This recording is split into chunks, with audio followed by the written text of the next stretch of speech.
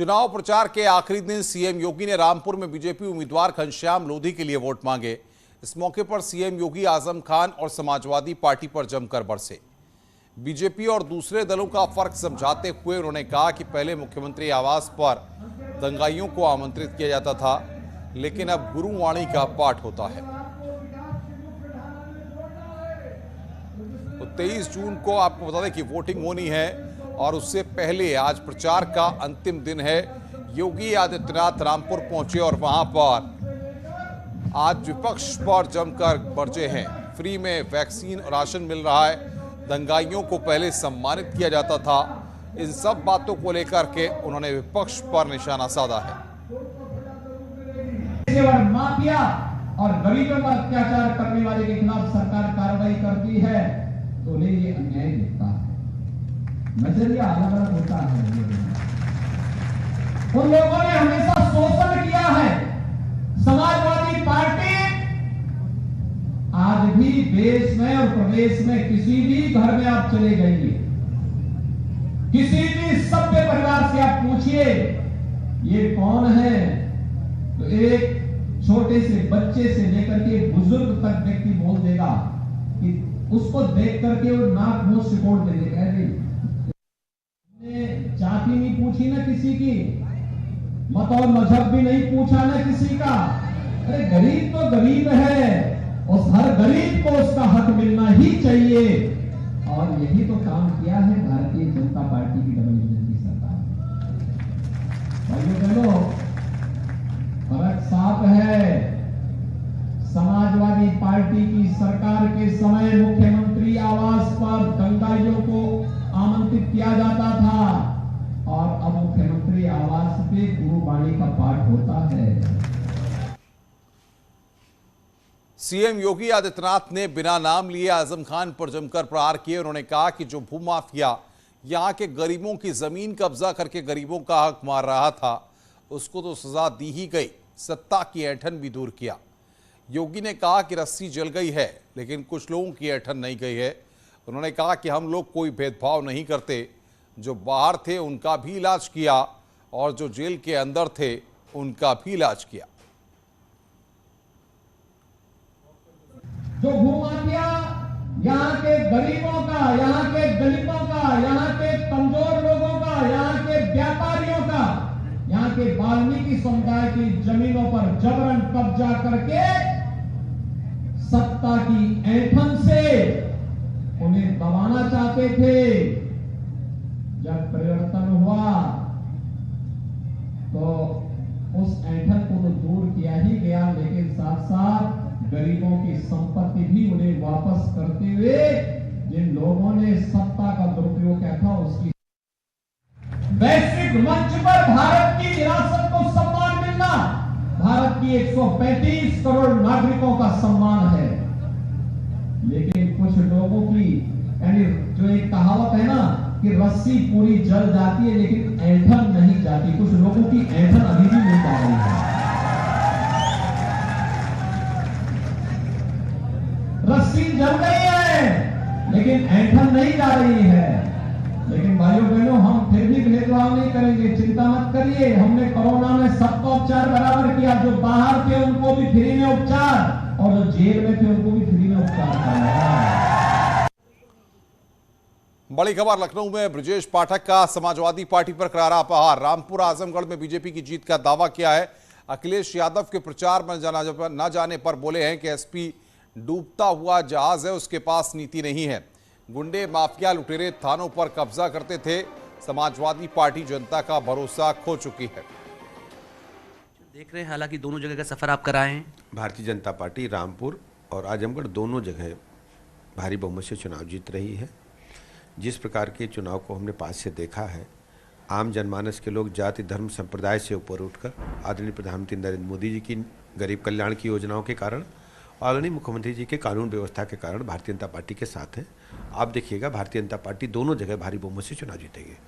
दोनों लोग इलेक्शन में सर, मुख्यमंत्री जी भी गए, आप भी गए, लेकिन सवाल सबसे बड़ा ये अब उठ रहा है कि समाजवादी पार्टी की जो राष्ट्रीय अध्यक्ष है, जो कि इस पूरे इलेक्शन में खुद को फाइट में मानते हैं, वो दोनों जगह नहीं गए। इसको किस तरह से देख रहे हैं सर? समाजवादी पार्टी डूबता हुआ जहाज है। उनकी गाड़ी डिरेल हो चुकी है। उनके पास कोई नीति नहीं है, कोई एजेंडा नहीं है, गरीब जनता के लिए उनके पास समय नहीं है। जब भी उनकी सरकार सत्ता में होती है, गुंडे, माफिया, लुटेरे, लुच्चे इकट्ठा होकर के सत्ता पर काबिज होते हैं, थानों पर गुंडे कब्जा करके बैठते हैं। जनता में वो भरोसा खो दिए हैं, इसी कारण नहीं निकले होंगे, मुझे ऐसा लगता है। फैमिली से ही एक बार फिर से आजमगढ़ में कैंडिडेट देना, इसको किस तरह से देख रहे हैं सर? देखिए, समाजवादी पार्टी का हाल ये है कि वो एक कुनबे की पार्टी रह गई है और उस कुनबे में भी भयंकर दरार है। आपस में सत्ता प्राप्ति, कुर्सी के लिए विद्वेष की भावना एक दूसरे के प्रति है। अब कई चुनाव में लगातार जनता ने उन्हें नकार दिया है। मुझे लगता है वो अप्रासंगिक हो चुके हैं। खबरों का सिलसिला लगातार जारी है। फिलहाल उठ रहे एक और ब्रेक के लिए, ब्रेक के बाद जल्द हाजिर होते हैं। आप देख रहे हैं न्यूज़ 18 उत्तर प्रदेश उत्तराखंड। शमशाद को लगी गोली, एक सिपाही भी घायल। शाहजहांपुर पुलिस ने ऑटो लिफ्टर गैंग का खुलासा किया। पुलिस ने ऑटो लिफ्टर गैंग के 2 चोरों को गिरफ्तार किया, एक आरोपी फरार। गोरखपुर पुलिस ने मुठभेड़ के दौरान 5 शातिर बदमाशों को गिरफ्तार किया। बदमाशों के पास से गाड़ी, बाइक, गांजा और हथियार बरामद। बदायूं में पुलिस को चेकिंग के दौरान बड़ी कामयाबी मिली। पुलिस ने ट्रक से 87 पेटी अवैध शराब बरामद की। फरार ड्राइवर और हेल्पर की तलाश। चमोली पहुंचे सीएम पुष्कर सिंह धामी। कार्यकर्ताओं ने सीएम धामी का किया स्वागत। पुष्पा पासवान के शपथ ग्रहण में शामिल हुए। प्रभारी मंत्रियों की घोषणा को लेकर सीएम धामी ने दिए संकेत। 13 जिलों में मंत्रियों को मिलेगी जिम्मेदारी। धामी सरकार के दूसरे कार्यकाल में अभी नहीं दी गई है कोई भी जिम्मेदारी। हेमकुंड साहिब में 3 दिनों से हो रही लगातार बर्फबारी, 1 से लेकर 2 फीट तक बर्फ जम गई। राजाजी टाइगर रिजर्व में मानसून गश्त की शुरुआत। पूर्वी क्षेत्र की तीनों रेंज में शुरुआत की गई गश्त। हाथियों के साथ वनकर्मी गश्त पर। मिर्जापुर में भारी बारिश से श्रद्धालुओं की मुसीबत बढ़ी। जल जमाव की वजह से यात्रियों से भरी बस पानी में फंस गई। लखनऊ के लोगों को मानसून के लिए अभी करना होगा इंतजार। मौसम विभाग ने मानसून आने में लगेगा वक्त, ये जानकारी दी। अयोध्या में अखिल भारतीय गौड़ महासभा ने महापौर को ज्ञापन सौंपकर महारानी दुर्गावती के। आप देख रहे हैं न्यूज़ 18 उत्तर प्रदेश उत्तराखंड। जो पटवाई गांव का अमृत सरोवर है, यह भारतीय जनता पार्टी की सोच का सरोवर है। और यही तो रामपुर के साथ भी हुआ। रामपुर अपनी प्रतिभा के लिए जाना जाता था।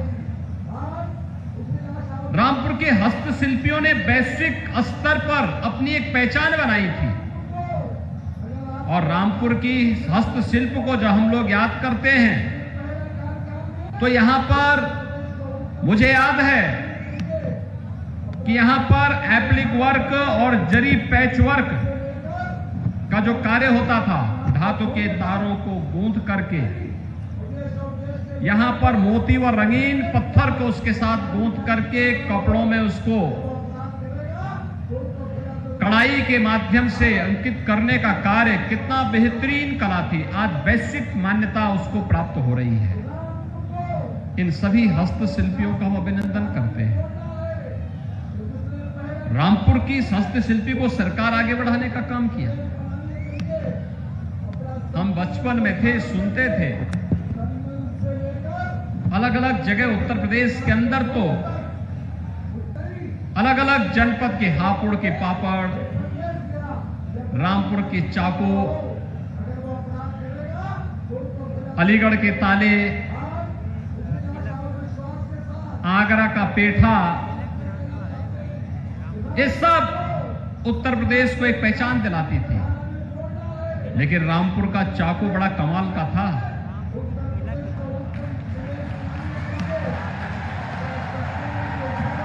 हस्तशिल्पियों के हाथों में था तो यहां को पहचान दिलाती थी, रोजगार दिलाती थी। सपाइयों के हाथों में पड़ा तो डकैती डालने का काम करने लग गया। गरीबों की जमीनों पर डकैती, दलितों को उजाड़ना, कम कमजोर लोगों की जमीनों को जबरदस्ती सत्ता के बल पर कब्जा कर लेना, गरीबों के हकों को डकार जाना, और अगर किसी ने आवाज उठाने का प्रयास किया तो झूठे मुकदमों में उसे उठा के बंद कर देना। यही तो समाजवादी पार्टी की सरकार में होता था। लेकिन भारतीय जनता पार्टी की डबल इंजन की सरकार बनी तो रामपुर का यही चाकू भाइयों बहनों गरीबों को उनका हक देने का काम कर रही है। गरीब की जमीन पर कब्जा मुक्त किया गया। 640 हेक्टेयर लैंड, यानी 640 हेक्टेयर का मतलब आप जानते हैं, 640 का मतलब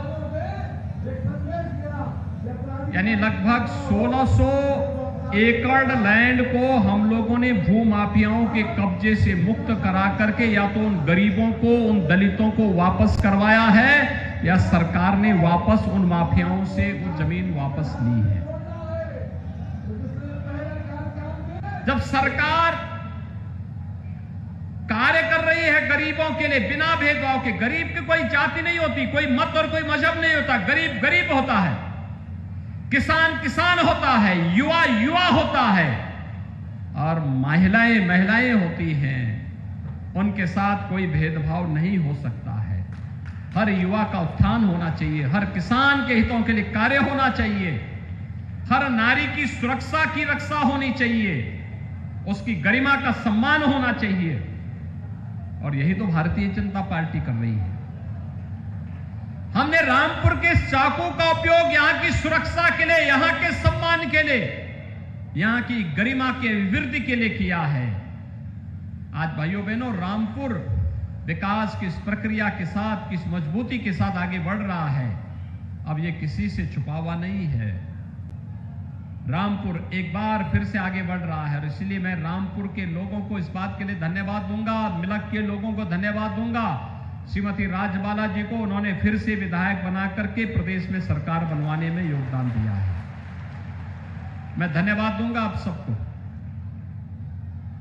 रामपुर जिले में 2 विधानसभा सीटों पर भारतीय जनता पार्टी पुनः जीती है, मिलक पे और बिलासपुर पे। मैं आ रहा था चुनाव के दौरान प्रचार करने के लिए, भारी बारिश पड़ गई, मैं उस दिन आ नहीं पाया, लेकिन आपने चुनाव जिता करके भेजा। मैं इसीलिए आपके प्रति आभार व्यक्त करने के लिए भी आया हूं, कि आभार व्यक्त करने के लिए कि आपने चुनाव जिताया, बड़ी जिम्मेदारी दी। अब एक एक वोट का ब्याज सहित चुकता करने की जिम्मेदारी सरकार की है और सरकार अपनी जिम्मेदारियों का निर्वहन करेगी। मुख्यमंत्री का आवास पिछले 5 वर्षों से प्रधानमंत्री मोदी जी के मार्गदर्शन में गरीबों के लिए, नौजवानों के लिए, महिलाओं के लिए, किसानों के लिए, समाज के प्रत्येक तबके के लिए खुला हुआ है, काम कर रहा है, दिन रात एक किया हुआ है, कोई भेदभाव नहीं। पहले मुख्यमंत्री आवास पे प्रदेश के पेशेवर दंगाइयों को बुलाया जाता था, पेशेवर अपराधियों का सम्मान होता था। समाजवादी पार्टी की सरकार के समय यही होता था, लेकिन भारतीय जनता पार्टी के नेतृत्व की सरकार जब बनी भाइयों बहनों, उसी मुख्यमंत्री आवास पे आज गुरुबाणी का पाठ होता है। उसी मुख्यमंत्री आवास पे अब गुरु गोविंद सिंह जी महाराज के साहबजादों की स्मृति में बाल दिवस का कार्यक्रम आयोजित होता है और वहां पर गुरु दरबार भी सजता है, जहां पर गुरुबाणी का पाठ होता है। आज वही मुख्यमंत्री आवास है। आज वहां पर प्रतिभाओं का सम्मान होता है, कभी युवाओं का, कभी नारी गरिमा के सम्मान का, कभी व्यापारी और उद्यमियों का, कभी किसानों का। इनके सम्मान का केंद्र आज मुख्यमंत्री आवास बना हुआ है। भाइयों बहनों, कोरोना कालखंड में आपने देखा होगा, इस सदी की सबसे बड़ी महामारी का सामना किया था हम सबने, और इन वर्षों में आपने देखा होगा 5 वर्ष के दौरान 2 वर्ष हम लोगों ने कोरोना महामारी का सामना करते हुए व्यतीत किए। कोरोना महामारी के दौरान आपने इस बात को देखा होगा, फ्री में टेस्ट, फ्री में उपचार, फ्री में वैक्सीन। मिला कि नहीं मिला वैक्सीन? कितने लोगों ने वैक्सीन लगाया है? वाह, अभिनंदन आप सबका। वैक्सीन का किसी से पैसा तो नहीं मांगा गया ना? मांगा गया? अगर ये सपाई सरकार में होते तो ये वैक्सीन भी नहीं लगाते और ये सब ब्लैक कर देते। लेकिन एक एक व्यक्ति को फ्री में वैक्सीन, ये प्रधानमंत्री मोदी जी का विजन है। और भाइयों बहनों, मुझे एक बात बताओ, कोरोना कालखंड में और अभी भी राशन महीने में 2 बार मिल रहा है कि नहीं मिल रहा है? मिल रहा है ना? इसका कोई पैसा तो नहीं मांग रहा है ना? क्या ये समाजवादी पार्टी की सरकार के समय में भी मिलता था क्या? देखिए, ये सब गरीबों का भी हड़पते थे, उनकी जमीनों पर भी कब्जा करते थे और सरकारी पैसे को भी हड़प करके स्वयं का विकास कराते थे। विकास की बात वे भी करेंगे, विकास की बात हम भी कर रहे हैं, लेकिन उनके लिए अपना परिवार का विकास ही सबका विकास मान लिया गया। और हमने कहा सबका साथ और सबका विकास। हमारा विकास तो सबका विकास है, हमारा अपना कोई परिवार नहीं। प्रदेश की 25 करोड़ की जनता ही हमारा परिवार है और उनके हितों के लिए कार्य करना ही हमारा धर्म है। और इसी धर्म का निर्वहन करने के लिए हम लोग दिन रात एकजुट होकर के काम करते हैं। लेकिन कुछ लोगों को ये विकास अच्छा नहीं लगता। जो गरीबों का शोषण कर रहे थे, दलितों की जमीनों पर कब्जा कर रहे थे, निर्दोष लोगों को उजाड़ रहे थे, जब उन पर कानूनन कार्रवाई हुई, उनकी अवैध और अनैतिक गतिविधियों पर अंकुश लगा करके कार्रवाई प्रारंभ हुई। अब फर्जी दस्तावेज आप जमा करोगे तो कार्रवाई तो होनी है, होनी की नहीं होनी है। लेकिन हम लोगों ने तो कोरोना कालखंड में भेदभाव किसी को नहीं दिया। जो जेल के बाहर थे उनको भी फ्री में उपचार, जो जेल में थे उनको भी फ्री में उपचार कराया कि नहीं कराया? कोई भेदभाव तो नहीं किया ना? लेकिन कहते हैं साहब, उस समय कहते थे नहीं जेल में रहकर के उपचार करेंगे, अब कहते हैं जेल तो बड़ा नरक था, अब उनको जेल नरक लगने लग गया। उस समय कहते थे कि जेल ही हमारे लिए जन्नत है। मैं जानता था